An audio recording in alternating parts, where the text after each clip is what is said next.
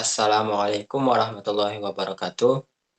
Puji syukur, puji syukur kehadirat Tuhan Yang Maha Esa atas limpahan rahmat dan karunia-Nya. Saya dapat menyelesaikan tugas pada mata kuliah Perpajakan 2. Yang terhormat, Bapak Ibu dosen pengampu pada mata kuliah Perpajakan 2, Bapak Dr. Wirmi Eka Putra, SE MSI, dan Ibu Restu Hanin Anissa, SE MAK. Baiklah, perkenalkan nama saya M. Syahrul dengan NIM C1C024102.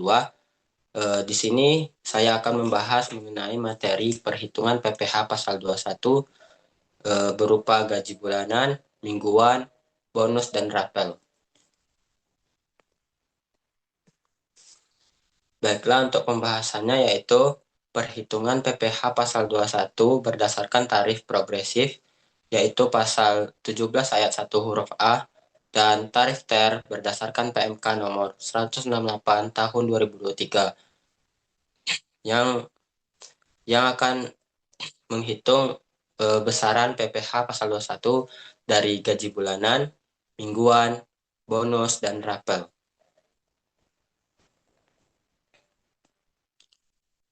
Baiklah, sebelum memasuki perhitungan, sebaiknya kita mengetahui dulu tarif TER. TER merupakan singkatan dari tarif efektif rata-rata. TER merupakan metode baru untuk menghitung PPh pasal 21 yang diberlakukan oleh pemerintah Indonesia melalui tahun 2023.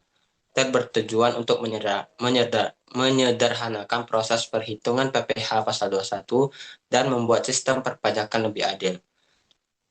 Untuk tarif TER sendiri perhitungannya itu yaitu bulan dari Januari sampai November, dan untuk Desembernya akan dihitung berapa besaran sisanya. Untuk perhitungan tarif TER sendiri dibagi ke dalam 3 kategori. Yang pertama yaitu kategori A yang terdiri dari tidak kawin 0 tanggungan, tidak kawin 1 tanggungan, kawin, dan 0 tanggungan. Kedua, kategori B berupa tidak kawin 2 tanggungan, kawin 1 tanggungan, dan tidak kawin 3 tanggungan, serta kawin 2 tanggungan. Yang terakhir yaitu kategori C dengan PTKP kawin dengan 3 tanggungan. Nah, untuk tarif PKP-nya sendiri sama dengan tarif umum pasal 17 ayat 1A Undang-Undang PPh. Dari 60 juta, tarif pajaknya 5%, 60 juta sampai dengan 250 juta, tarif pajaknya 15%, 250 juta sampai 500 juta, 25% tarif pajaknya, 500 juta hingga 5 miliar, tarif pajaknya 30%, sedangkan di atas 5 miliar dikenakan tarif pajak 35%. Nah, untuk kategori tarif tersendiri tadi kan sudah kita bahas terbagi menjadi 3 golongan, yaitu ini kan pertama kategori A. Untuk besaran kategori A yang terdiri dari tidak kawin 0 tanggungan, tidak kawin 1 tanggungan, dan kawin 0 tanggungan. Nah, untuk perhitungannya sendiri kita dapat lihat pada gambar di sini. Terdapat penghasilan bruto bulanan serta tarif efektif rata-rata. Kita sesuaikan berapa besaran penghasilan brutonya selama sebulan. Baru kita kalikan dengan tarifnya.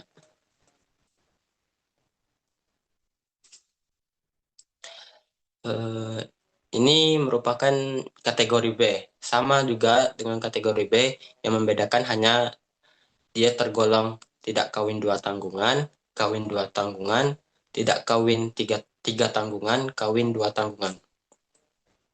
Untuk perhitungannya juga sama. Kita lihat lagi berapa penghasilan selama sebulannya, baru kita lihat berapa besaran persentase tarif efektif rata-ratanya. Nah, yang terakhir yaitu kategori C dengan golongan kawin 3 tanggungan. Yaitu untuk tarif ternya tersendiri, kita lihat berapa besaran penghasilan brutonya dan tarifnya berapa persen. Nah, selanjutnya kita langsung saja masuk ke perhitungan PPh pasal 21 gaji bulanan. Untuk contoh soalnya yaitu eh,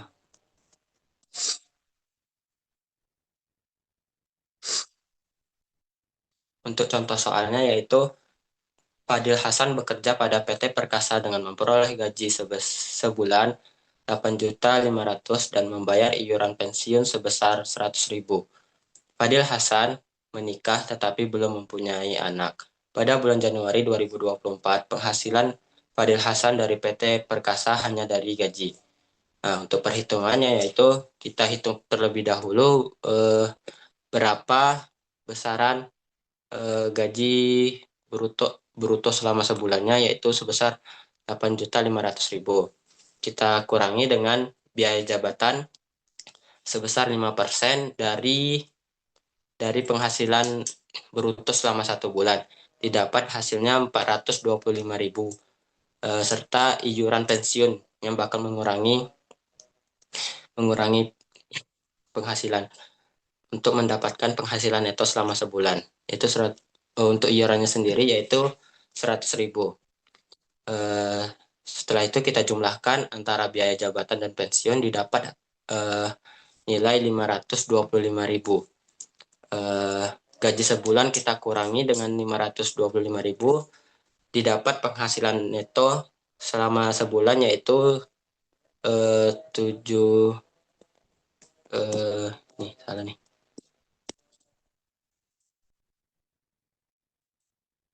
didapat senilai 7.975.000. Untuk mendapatkan penghasilan neto selama setahun, kita tinggal kalikan selama 12 bulan dari penghasilan neto selama sebulan. Didapat hasilnya yaitu 95 eh,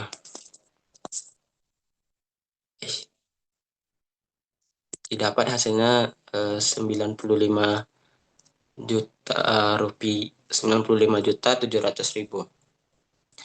Untuk PTKP setahunnya karena Fadil Hasan kawin tetapi tidak memiliki tanggungan, PTKP-nya yaitu wajib pajaknya sendiri 54 juta tambahan wajib kawin sebesar 4.500.000. Diperoleh PTKP setahun 58.500.000. Setelah itu kita kurangi antara penghasilan neto setahun dengan PTKP setahun. Diperolehlah 37.200.000 untuk penghasilan kena pajak selama setahun. Nah, nah untuk tarifnya sendiri dari 30 juta tadi kan tergolong eh, dari tergolong di tarif 5%. Jadi PPh pasal 21 terutang 5% dikali 37.200.000 didapat didapat 1.860.000. Untuk PPh terutang selama sebulan tinggal kita bagi 1.860.000 dibagi 12 bulan. Didapat 155.000. Jadi Fadil Hasan akan membayar selama sebulannya PPh terutang selama sebulan dengan metode tarif progresif pasal 17 ayat 1 yaitu sebesar Rp155.000. Nah, untuk perhitungan berdasarkan tarif ternya, kita tentukan terlebih dahulu. Tadi kan disebutkan penghasilan brutonya selama sebulan yaitu 8.500.000 dan eh, nih bentar,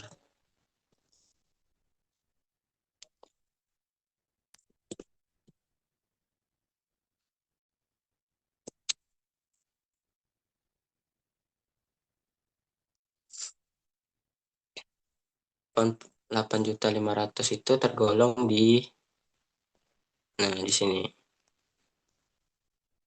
di nomor 7 dengan tarif 1,5%.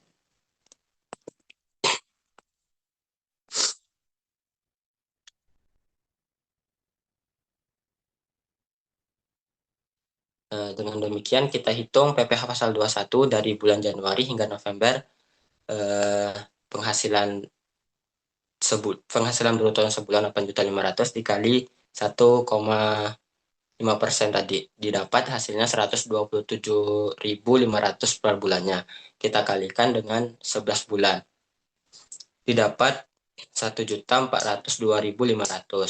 Nah, untuk PPh pasal 21 untuk Fadil Hasan sendiri di bulan Desembernya tinggal kita kurangi antara PPh pasal 21 terutang selama 1 tahun ya dari pasal 17 ayat 1 tadi 1.860.000 dikurang dengan 1.402.500 diperolehlah Rp457.000. Selanjutnya yaitu perhitungan PPh pasal 21 berupa gaji mingguan. Contoh soalnya yaitu Arman Zaki memiliki status menikah dan mempunyai 1 orang anak bekerja sebagai pegawai di PT Cahaya Utama dengan memperoleh gaji mingguan sebesar Rp2 juta. PT Cahaya Utama masuk program BPJS Ketenagakerjaan, premi jaminan kecelakaan kerja, dan premi jaminan kematian dibayar oleh pemberi kerja dengan jumlah masing-masing setiap bulan sebesar 1% dan 0,30% dari gaji. PT Cahaya Utama membayar iuran jaminan hari tua setiap bulan sebesar 3,70% dari gaji dan Arman Zaki membayar iuran pensiun sebesar 20.000 dan jaminan hari tua sebesar 2% dari gaji. Dalam minggu kedua pada bulan September 2018, Arman Zaki hanya memperoleh pembayaran berupa gaji saja sehingga perhitungan PPh pasal 21 untuk minggu kedua bulan September adalah pertama kita hitung berdasarkan pasal 17 ayat 1 huruf A. Penghasilan sebulannya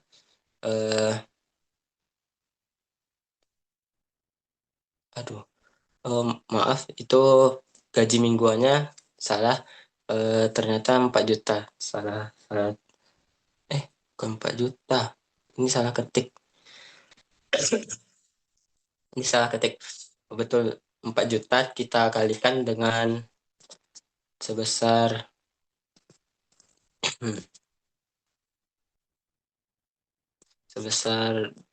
2 juta. Ini bukan 4 juta nih. Sebesar 2 juta rupiah didapat penghasilan sebulannya 8 juta rupiah. Kita tambahkan dengan premi jaminan kecelakaan kerja tadi, jaminan kecelakaan kerja sebesar 1% dari gaji didapat 80.000, premi jaminan kematian dari 0,30% didapat 24.000. Untuk penghasilan brutonya sebesar 8.104.000 rupiah. Pengurangannya yaitu biaya jabatan 5% dari penghasilan bruto sebesar 405.200, iuran pensiun tadi 20.000, dan iuran jaminan hari tua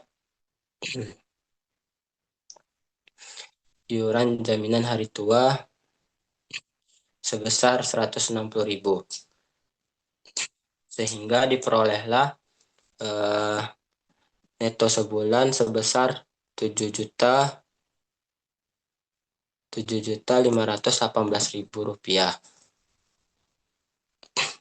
Untuk penghasilan neto setahunnya tinggal kita kalikan sebesar 12 bulan dari penghasilan neto sebulan. Diperoleh sebesar 90.225.600 rupiah. Nah, kita golongkan PTKP-nya karena kawin dan mempunyai 1 tanggungan. Wajib pajak sendirinya yaitu 54 juta, menikah 4.500.000, dan tanggungan 1 anak 4.500.000. Besaran PTKP-nya yaitu 63 juta rupiah. Kita kurangi dengan penghasilan neto tadi untuk mencari penghasilan kena pajak tahunannya. Penghasilan kena pajak tahunannya yaitu sebesar 27.225.600. Nah, PPh pasal 21 setahunnya tergolong 5% dari PKP tahunannya 27.225.600. Diperolehlah 1.361.280. PPh sebulannya tinggal kita bagikan 12 bulan, diperoleh 113.440.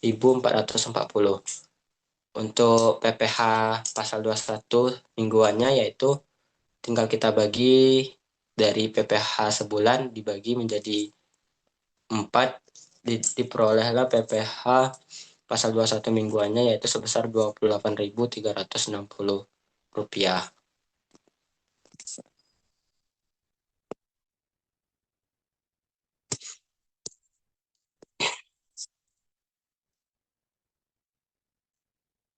Ini untuk perhitungan dengan tarif ternya. PPh pasal 21 periode Januari hingga November. Tadi kan penghasilannya sebesar 8 juta rupiah sebulannya. 8 juta sebulannya kita golongkan, dia tergolong tarif ter berapa persentasenya. Ini kita peroleh tarif ternya tadi, tarif penghasilannya PPh per bulannya dari periode Januari sampai November yaitu Rp81.040. Kita kalikan dengan 11, diperoleh 891.440. PPh pasal 21 Desember Arman Zaki sama seperti gaji bulanan tadi, tinggal kita kurangi antara PPh setahun dengan metode pasal 17 ayat 1 dikurangi dengan PPh pasal 21 metode ter dari periode Januari hingga November. Diperolehlah PPh Desembernya tadi 469.840. Untuk PPh mingguan pasal 21 dari Januari hingga November. Hingga November ini salah nih. Diperoleh sebesar 20.260. Untuk PPh pasal 21 mingguan Desember Aman Zaki tinggal kita bagi 20 mingguan. Tinggal kita bagi 469.840 kita bagikan dengan dibagi 4 karena sebulannya kan 4 minggu kan. Jadi hasilnya sebesar 117.460.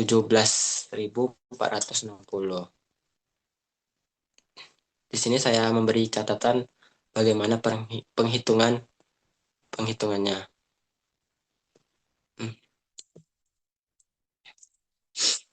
Selanjutnya yaitu perhitungan PPh pasal 21 berupa bonus.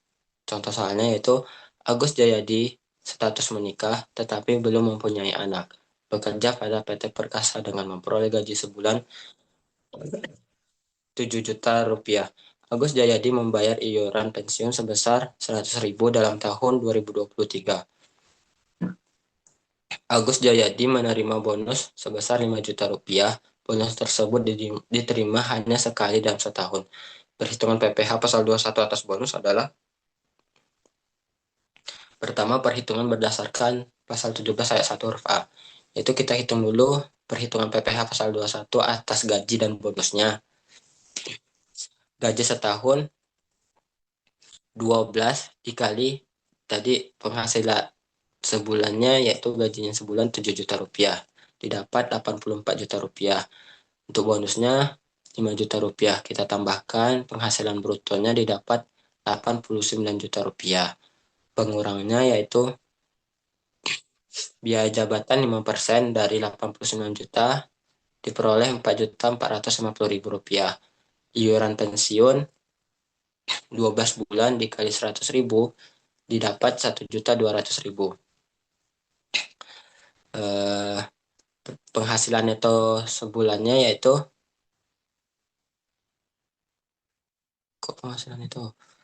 penghasilan neto setahunnya yaitu 83.350. diperoleh dari penghasilan bruto dikurangi dengan biaya gaji dan biaya dengan iuran pensiun tadi.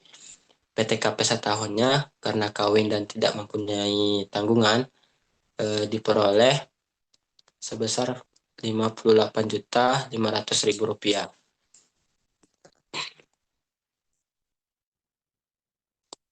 Mana nih?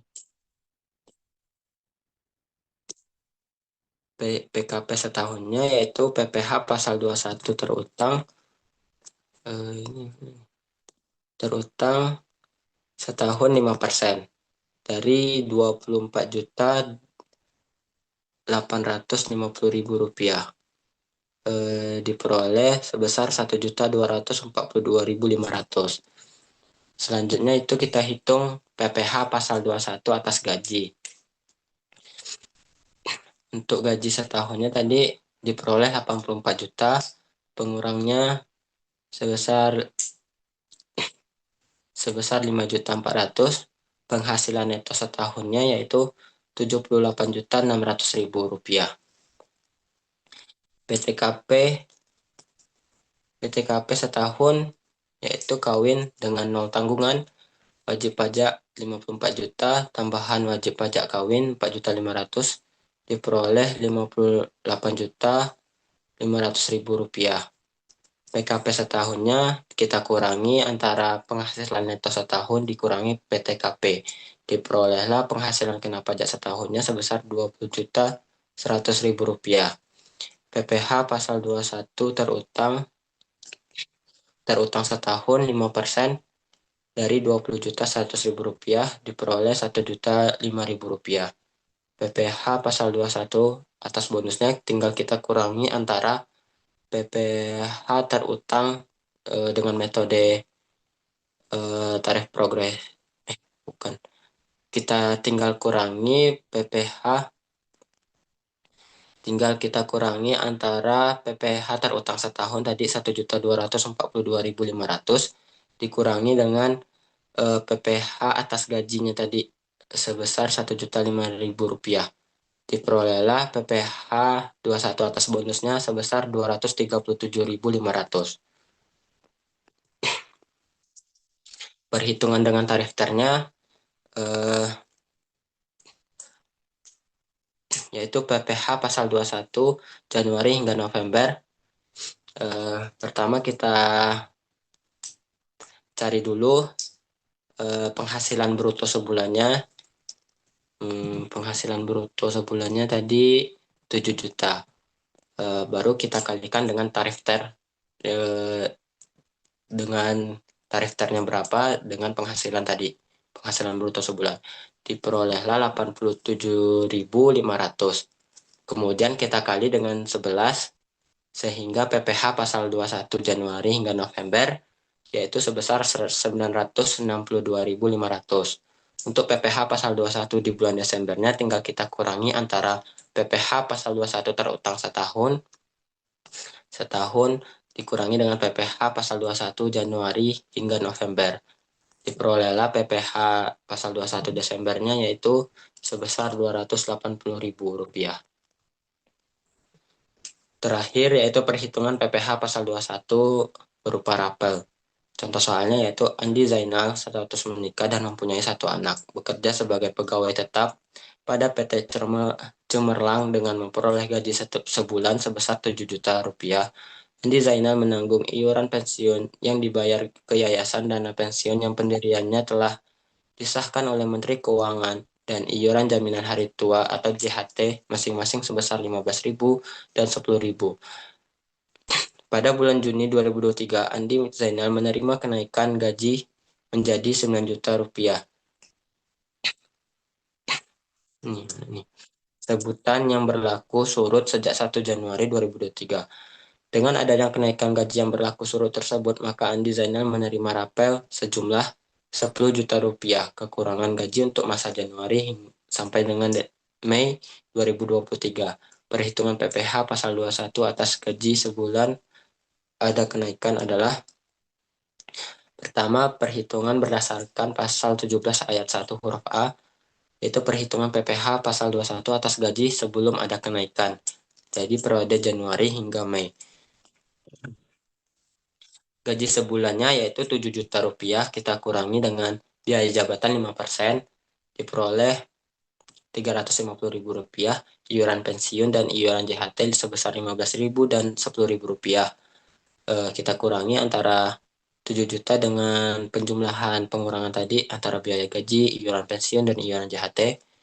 Diperolehlah penghasilan neto sebulan sebesar 6.625.000 rupiah. Penghasilan neto setahunnya tinggal kita kalikan sebesar 12 bulan, diperolehlah sebesar 79.500.000 rupiah. PTKP setahunnya kawin dan memiliki satu tanggungan, yaitu sebesar PTKP setahunnya yaitu sebesar 63 juta rupiah. Kita kurangi antara penghasilan neto setahun dengan PTKP setahun. Diperolehlah PKP setahun yaitu 16.500.000 rupiah. PPh pasal 21 terutang setahun, tarifnya tadi 5% karena masih di bawah 60 juta rupiah, dikali 16.500, diperolehlah PPh pasal 21 terutang setahun yaitu 825.000 rupiah. PPh pasal 21 sebulannya tinggal kita bagikan, diperolehlah 68.750 rupiah. Kedua yaitu kita hitung lagi perhitungan PPh pasal 21 atas gaji setelah ada kenaikan di bulan Juni. Gaji sebulannya tadi kalau ada kenaikan tadi 9 juta, pengurang biayanya 5% dari 9 juta yaitu 450.000, iuran pensiun dan JHT diperoleh 475.000. Kita kurangi penghasilan neto sebulannya didapat 8.525.000. Penghasilan neto setahun tinggal kita kalikan 12 bulan, diperolehlah 102.300.000. PTKP-nya tadi 63 juta. PKP setahunnya tinggal kita kurangi antara penghasilan neto setahun dengan PTKP. Diperolehlah penghasilan kena pajak setahunnya yaitu sebesar 39.300. PPh pasal 21 terutang setahun 5% sebesar 1.965.000. PPh pasal 21 sebulannya tinggal kita bagikan 12, didapat 163.750.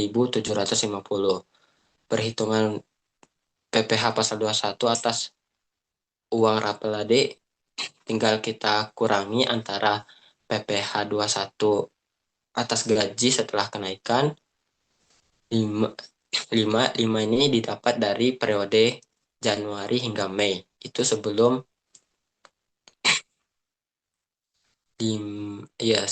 ada kenaikan tadi.